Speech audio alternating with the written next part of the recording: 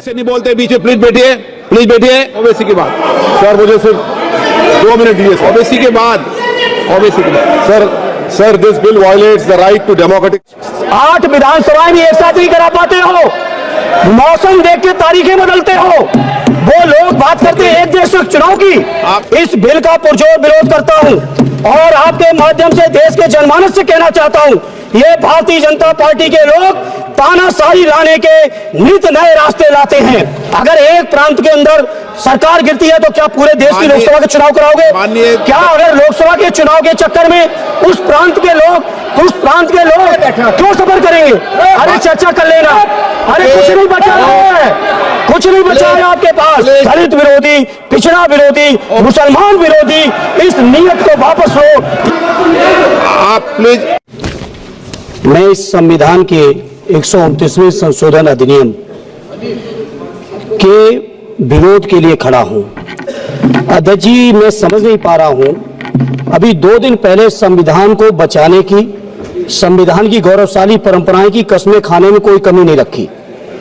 2 ही दिन के अंदर संविधान की जो हमारी मूल भावना है, 2 ही दिन के अंदर संविधान का जो हमारा बेसिक स्ट्रक्चर है, 2 ही दिन के अंदर संविधान का जो हमारा संघीय ढांचा है, उसको खत्म करने के लिए संविधान संशोधन बिल लाए हैं। मैं मनीष तिवारी जी से सहमत हूं और अपनी पार्टी और अपने नेता आदरणीय अखिलेश यादव जी की ओर से कहना चाहता हूं, ये बिल पूरे देश के जो अलग अलग भेष, भाषाएं, संस्कृति, क्षेत्र की जो मान्यताएं हैं, जो हमारे संविधान निर्माताओं ने बहुत सोच विचार के मंथन अध्ययन करके ये संघीय ढांचा तैयार किया था, राज्यों का गठन भी किया था, संस्कृति के हिसाब से, क्षेत्र के हिसाब से, भाषा के हिसाब से, परिस्थितियों और समय के हिसाब से।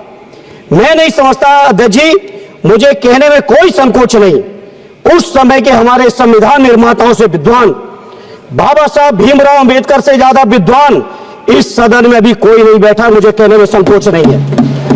और ये संविधान की मूल भावना को खत्म करके कैसे तानाशाही के रास्ते निकाले जाएं, इसके अलावा कोई काम ही नहीं बचा है। आखिर मनीष तिवारी जी ने कहा, कहीं एक विधानसभा के चुनाव अगर कोई अविश्वास आता है, अगर बहुमत नहीं मिलता है, तो क्या पूरे देश का चुनाव कराओगे? पूरे देश का चुनाव कराओगे? और ये लोग एक देश, एक संविधान, एक चुनाव की बात करते हैं। जो लोग 8 विधानसभाएं भी एक साथ नहीं करा पाते हो, मौसम देख के तारीखें बदलते हो, वो लोग बात करते हैं एक देश एक चुनाव की। इसलिए अध्यक्ष जी, मैं अपनी पार्टी की ओर से, अपने नेता आदरणीय अखिलेश यादव जी की ओर से इस बिल का पुरजोर विरोध करता हूं और आपके माध्यम से देश के जनमानस से कहना चाहता हूं, ये भारतीय जनता पार्टी के लोग तानाशाही लाने के नित नए रास्ते लाते हैं। जो 8 विधानसभाओं का चुनाव एक साथ नहीं करा पाए, 4 राज्यों के चुनाव एक साथ नहीं करा पाए, वो पूरे देश की लोकसभा और सारे प्रांतों की विधानसभाएं एक साथ कराने की बात करते हैं। मैं पूछना चाहता हूं सरकार से, अगर एक प्रांत के अंदर सरकार गिरती है तो क्या पूरे देश की लोकसभा के चुनाव कराओगे? क्या अगर लोकसभा के चुनाव के चक्कर में उस प्रांत के लोग क्यों सफर करेंगे? अरे चर्चा कर लेना। अरे कुछ नहीं बचा है, कुछ नहीं बचा है आपके पास। अध्यक्ष जी, सदन को थोड़ा सा सिस्टम में लाएं। अध्यक्ष जी, आपसे अनुरोध है, आपके माध्यम से सरकार से अनुरोध है, जनता ने बड़ी उम्मीदों के साथ हम सबको भेजा है और हम सब लोगों की जिम्मेदारी है, ये संविधान विरोधी, संघीय ढांचे विरोधी, बेसिक स्ट्रक्चर विरोधी, कई केसों की चर्चा की मनीष तिवारी जी ने, उनके साथ जोड़ते हुए माननीय सर्वोच्च न्यायालय की भावनाओं के विरोधी, गरीब विरोधी, दलित विरोधी, पिछड़ा विरोधी, मुसलमान विरोधी, इस नीयत को वापस लो। ये अध्यक्ष जी, आपके माध्यम से मेरी आपसे प्रार्थना है। बहुत बहुत धन्यवाद। एक मिनट प्लीज। माननीय सदस्यगण, हम संसद के अंदर हर विषय की अलग अलग प्रक्रिया होती है। जब राष्ट्रपति भाषण होता है, जब बोलने की प्रक्रिया अलग होती है। संविधान पर उसकी 75 वर्ष की चर्चा पर जब विषय अलग होता है। आप जिस बिल का विधेयक पर विरोध कर रहे हैं, वो नियम 72 के तहत विरोध कर रहे हैं। तो मेरा आप सबसे आग्रह है कि हम संसद की मर्यादा परंपरा उसकी चर्चा को उच्च कोटि की बनाए, तो नियमों के तहत 72 में के परिप्रेक्ष्य में आप एक minute please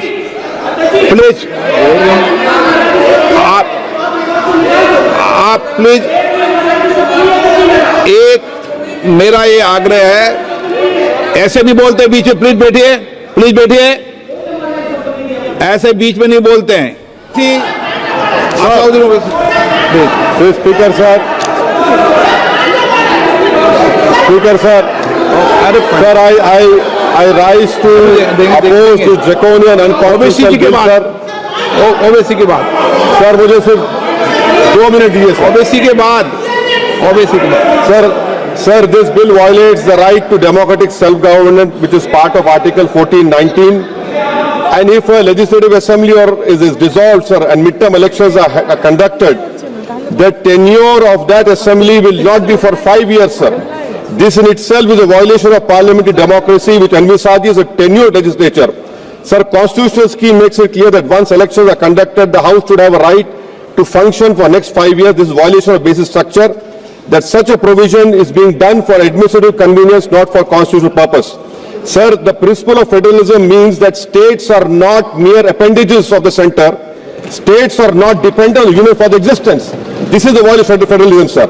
Sir, in conclusion, Parliament is not competent to make any law that violates fundamental rights or the basis of the Constitution, sir. This bill indirectly introduced a presidential style of democracy. This bill is based on maximizing political gain and convenience. This bill will finish off regional parties. This bill is only brought in to massage the ego of the supreme leader. Thank you, sir. Oppose this bill. Please बैठिए। OBC के बाद sir मुझे सिर्फ 2 minute दिए sir. OBC के बाद sir this bill violates the right to democratic. 8 विधानसभाएं भी एक साथ नहीं करा पाते हो, मौसम देख के तारीखें बदलते हो। वो लोग बात करते हैं एक देश एक चुनाव की। इस बिल का पुरजोर विरोध करता हूं और आपके माध्यम से देश के जनमानस से कहना चाहता हूं, ये भारतीय जनता पार्टी के लोग तानाशाही लाने के नित नए रास्ते लाते हैं। अगर एक प्रांत के अंदर सरकार गिरती है तो क्या पूरे देश की लोकसभा के चुनाव कराओगे? क्या अगर लोकसभा के चुनाव के चक्कर में उस प्रांत के लोग क्यों सफर करेंगे? अरे चर्चा कर लेना।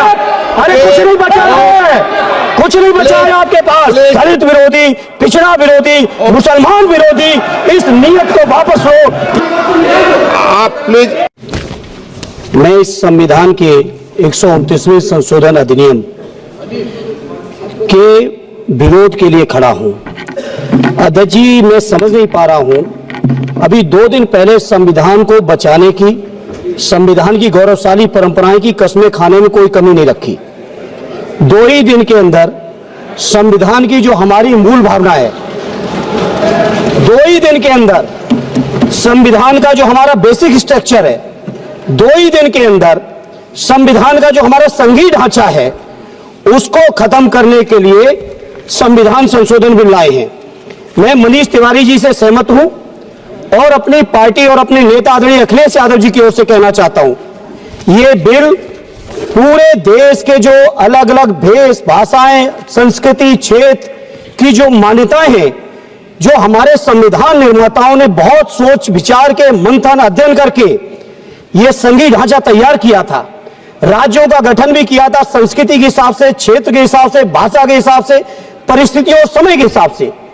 मैं नहीं समझता अध्यक्ष जी, मुझे कहने में कोई संकोच नहीं, उस समय के हमारे संविधान निर्माताओं से विद्वान, बाबा साहब भीमराव अंबेडकर से ज्यादा विद्वान इस सदन में भी कोई नहीं बैठा, मुझे कहने में संकोच नहीं है। और ये संविधान की मूल भावना को खत्म करके कैसे तानाशाही के रास्ते निकाले जाएं, इसके अलावा कोई काम ही नहीं बचा है। आखिर मनीष तिवारी जी ने कहा, कहीं एक विधानसभा के चुनाव अगर कोई अविश्वास आता है, अगर बहुमत नहीं मिलता है, तो क्या पूरे देश का चुनाव कराओगे? पूरे देश का चुनाव कराओगे? और ये लोग एक देश, एक संविधान, एक चुनाव की बात करते हैं।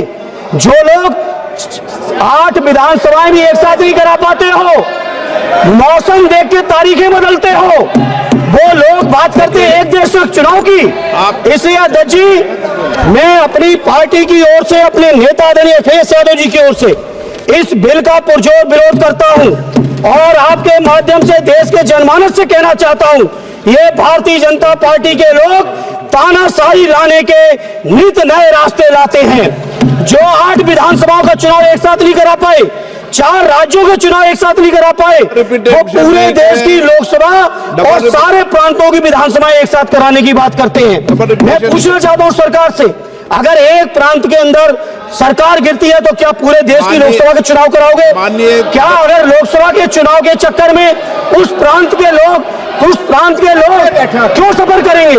अरे चर्चा कर लेना। अरे कुछ नहीं बचा है, कुछ नहीं बचा है आपके पास। अध्यक्ष जी, सदन को थोड़ा सा सिस्टम में लाएं। अध्यक्ष जी, आपसे अनुरोध है, आपके माध्यम से सरकार से अनुरोध है, जनता ने बड़ी उम्मीदों के साथ हम सबको भेजा है और हम सब लोगों की जिम्मेदारी है ये संविधान विरोधी, संघीय ढांचे विरोधी, बेसिक स्ट्रक्चर विरोधी कई केसों की चर्चा की मनीष तिवारी जी ने, उनके साथ जोड़ते हुए माननीय सर्वोच्च न्यायालय की भावनाओं के विरोधी, गरीब विरोधी, दलित विरोधी, पिछड़ा विरोधी, मुसलमान विरोधी, इस नीयत को वापस लो। ये अध्यक्ष जी, आपके माध्यम से मेरी आपसे प्रार्थना है। बहुत बहुत धन्यवाद। एक मिनट प्लीज। माननीय सदस्यगण, हम संसद के अंदर हर विषय की अलग अलग प्रक्रिया होती है। जब राष्ट्रपति भाषण होता है, जब बोलने की प्रक्रिया अलग होती है। संविधान पर, उसकी 75 वर्ष की चर्चा पर जब विषय अलग होता है। आप जिस बिल का विधेयक पर विरोध कर रहे हैं वो नियम 72 के तहत विरोध कर रहे हैं। तो मेरा आप सबसे आग्रह है कि हम संसद की मर्यादा, परंपरा, उसकी चर्चा को उच्च कोटि की बनाए। तो नियमों के तहत 72 में के परिप्रेक्ष्य में आप एक minute please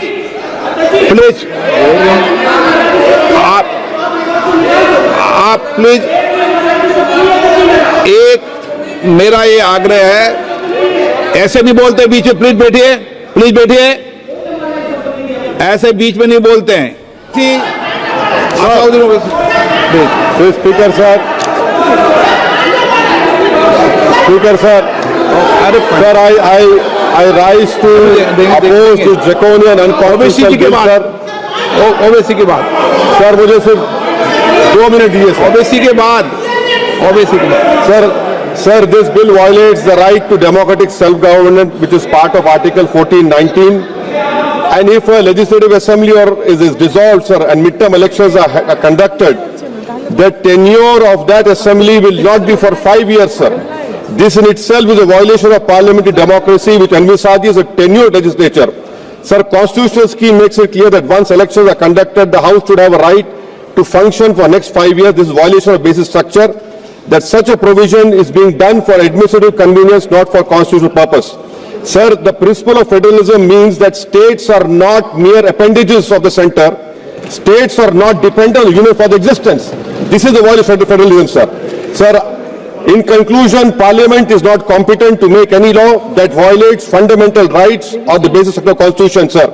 This bill indirectly introduced a presidential style of democracy. This bill is based on maximizing political gain and convenience. This bill will finish off regional parties. This bill is only brought in to massage the ego of the supreme leader. Thank you, sir. I oppose this bill.